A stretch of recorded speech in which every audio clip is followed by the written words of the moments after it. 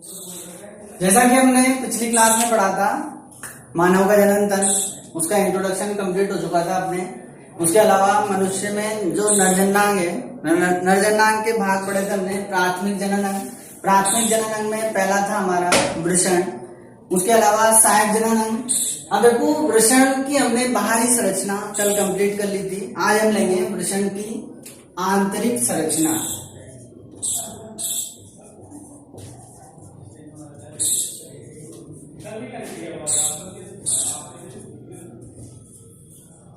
देखो मनुष्य में जो है एक जोड़ी वृषण पाए जाते हैं। वृषण जो है 10 से 12 ग्राम के होते हैं। प्रत्येक वृषण जो है 10 से 12 ग्राम का होता है।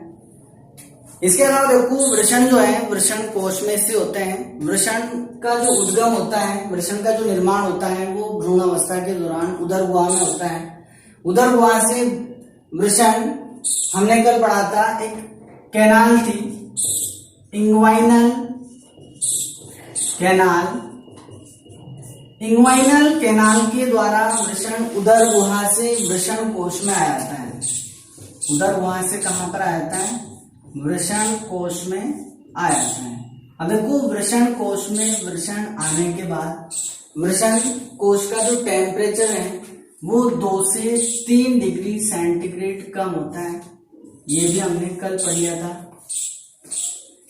देखो वृषण कोश में 2 से 3 डिग्री सेंटीग्रेड टेम्परेचर कम होने के कारण वृषण के अंदर शुक्राणुओं का परिपक्वन आसानी से हो जाता है।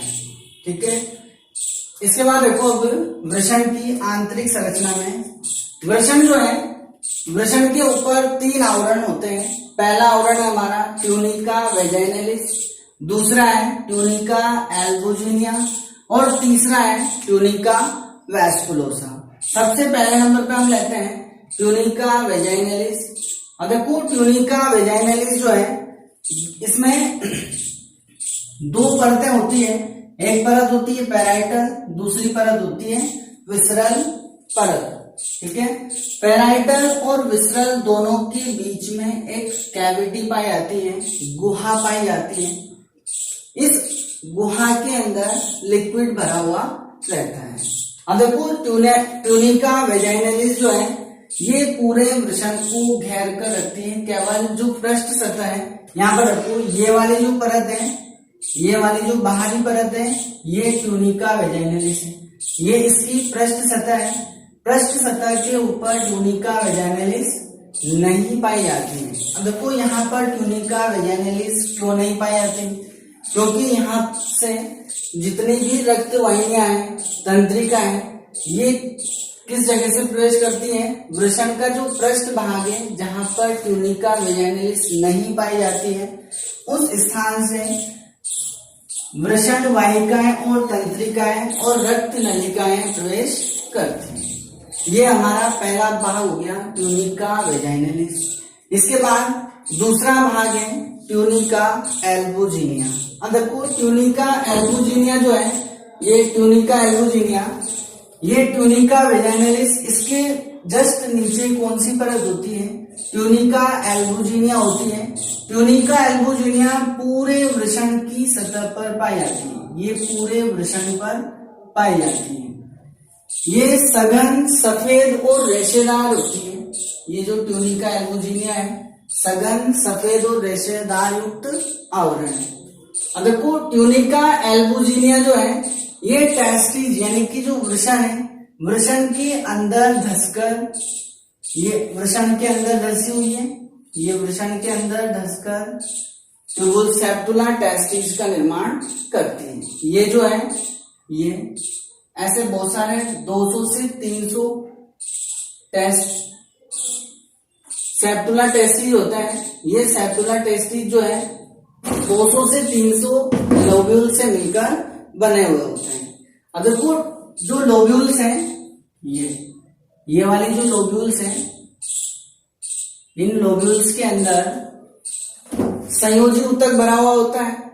इसके अतिरिक्त इसमें शुक्र जनन नलिकाएं भी पाई जाती हैं। अब देखो शुक्र जनन नलिकाएं जो है, शुक्र जनन नलिकाओं में शुक्राणुओं का निर्माण होता है। ये हम नेक्स्ट चैप्टर में पढ़ेंगे। इसके अलावा देखो संयोजी ऊतक जो बना हुआ है सेप्टुला टेस्टिस में, संयोजी ऊतक के अंदर अंतराली ऊतक होते हैं। अंतराली ऊतक में जो कोशिकाएं होती हैं उनको लेडिंग सेल्स के नाम से जाना जाता है।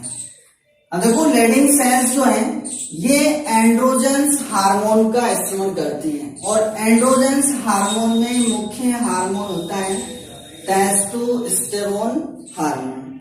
देखो टेस्टोस्टेरोन हार्मोन जो है मनुष्य में द्वितीयक लैंगिक लक्षणों का विकास करता है। द्वितीयक लैंगिक लक्षण जो है, द्वितीयक लैंगिक लक्षण जैसे चेहरे पे दाढ़ी मूंछों का आना, जननांगों का विकास होना, शुक्र जनन की क्रिया को प्रेरित करना, ये सब द्वितीयक लैंगिक लक्षण होते हैं। इसके बाद देखो जो टेस्टिस है इसमें ये वाली जो नलिका है ये शुक्र जनन नलिका है। शुक्र जनन नलिका है, ये सभी शुक्र जनन नलिकाएं मिलकर वृषण का निर्माण करती हैं। इसलिए शुक्र जनन नलिकाओं को वृषण की संरचनात्मक व क्रियात्मक इकाई कहा जाता है। देखो शुक्र जनन नलिकाएं जो है इसकी जो वृद्धि है दो स्तरों से मिलकर बनी होती है, ट्यूनिका पोर्फेरिया और जननिक उपकला। देखो यहाँ पर जो जननिक उपकला है, जननिक उपकला में दो प्रकार की सेल्स होती है, नर जनन कोशिका और सर्टोली सेल्स। सबसे पहले देखो नर जनन कोशिका जो है ये शुक्र जनन की क्रिया को प्रेरित करती है, यानी कि यहाँ इसके द्वारा शुक्र जनन की क्रिया होती है, यानी कि शुक्राणुओं का निर्माण किया जाता है। इसके बाद देखो दूसरी प्रकार की जो कोशिका है सर्टोली कोशिका, सर्टोली सेल्स जो है ये शुक्राणुओं को पोषण प्रदान करती है, आलंबन प्रदान करती है और सुरक्षा प्रदान करती है। यानी कि जब शुक्राणुओं का निर्माण शुक्र जनन की क्रिया के दौरान जो शुक्राणु बनते हैं वो शुक्राणु सर्टोली सेल्स में धसे हुए होते हैं और सर्टोली सेल्स उन शुक्राणुओं को पोषण, आलंबन, सुरक्षा प्रदान करती है।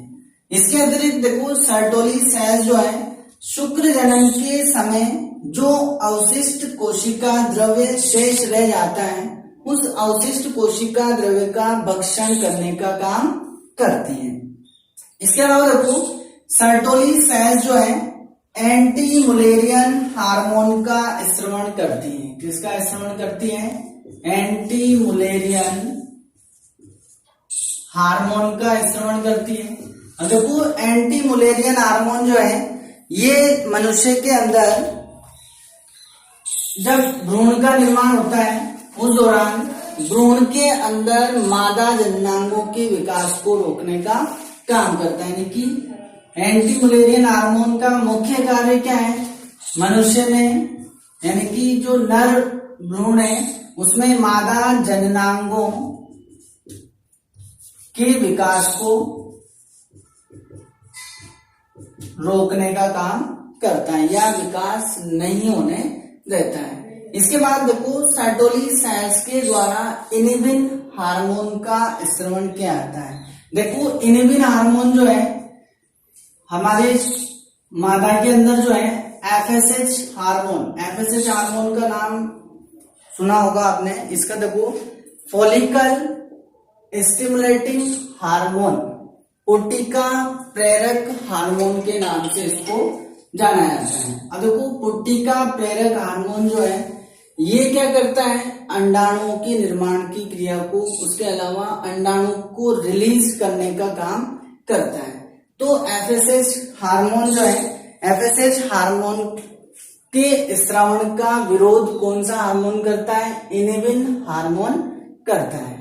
इसके अलावा देखो सर्टोली सेल्स एबीपी का स्रावण करती है। अब देखो एबीपी यहाँ पर एंड्रोजन बाइंडिंग प्रोटीन है। क्या है? एंड्रोजन बाइंडिंग प्रोटीन का स्रावण करती है।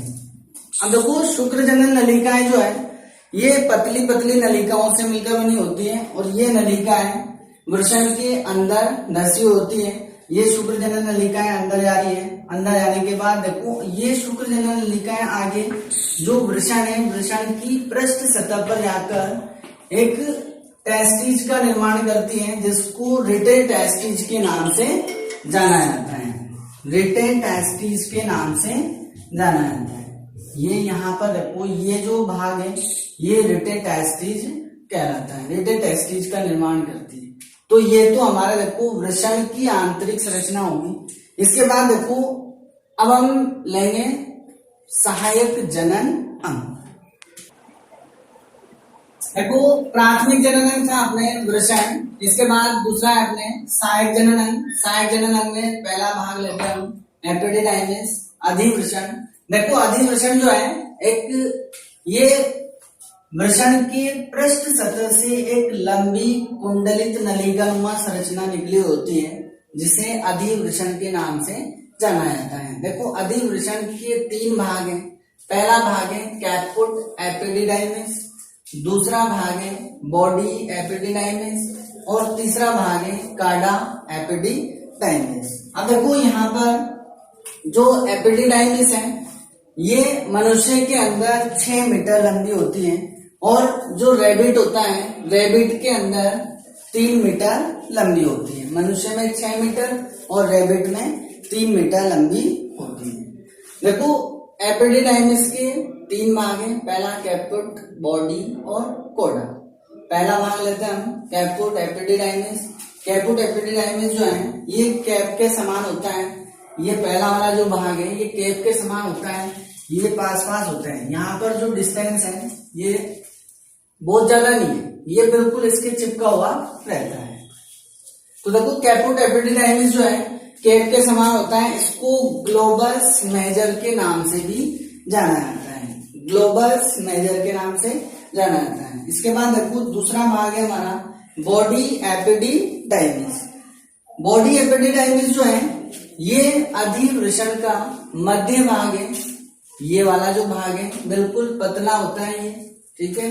थर्ड भाग है हमारा कार्डा एपिडिडाइमिस, ये निचला भाग है, इसको ग्लोबस माइनर के नाम से।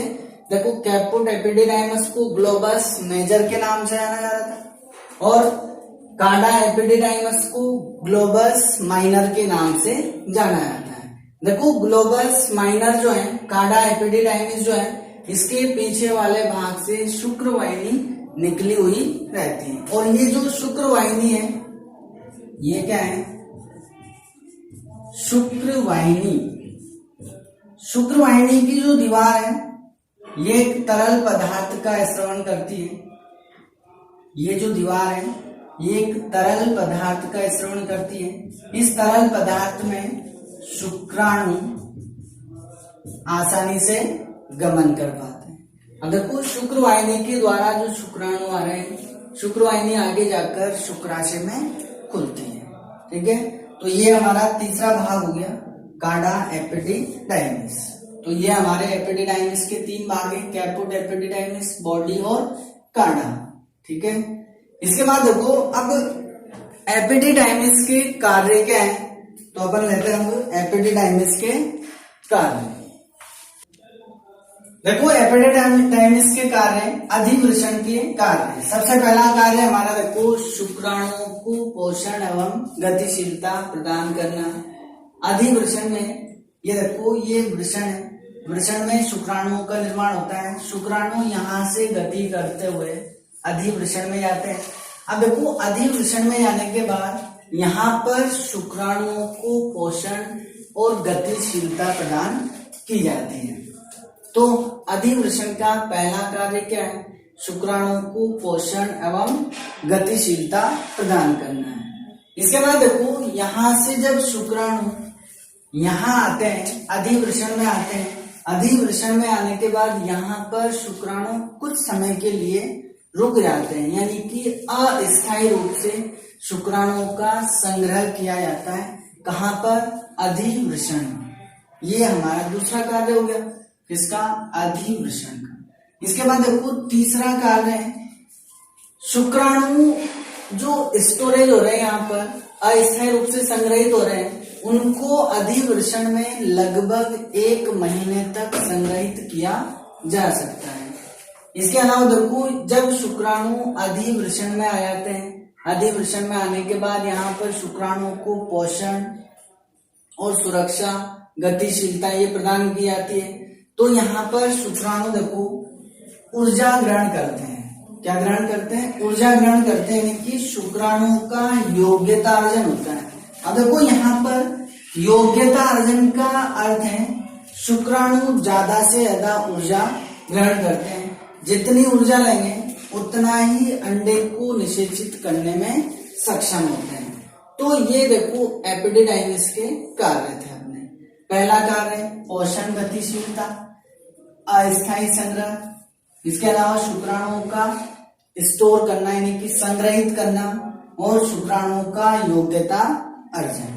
अब देखो योग्यता अर्जन में अंडे का निषेचन आसानी से कर सकता है, यानी कि जंतु के अंदर जो शुक्राणु बन रहे हैं, शुक्राणु बनने के बाद अधिवृषण में जा रहे हैं। अधिवृषण में पोषण गतिशीलता मिल रही है उनको।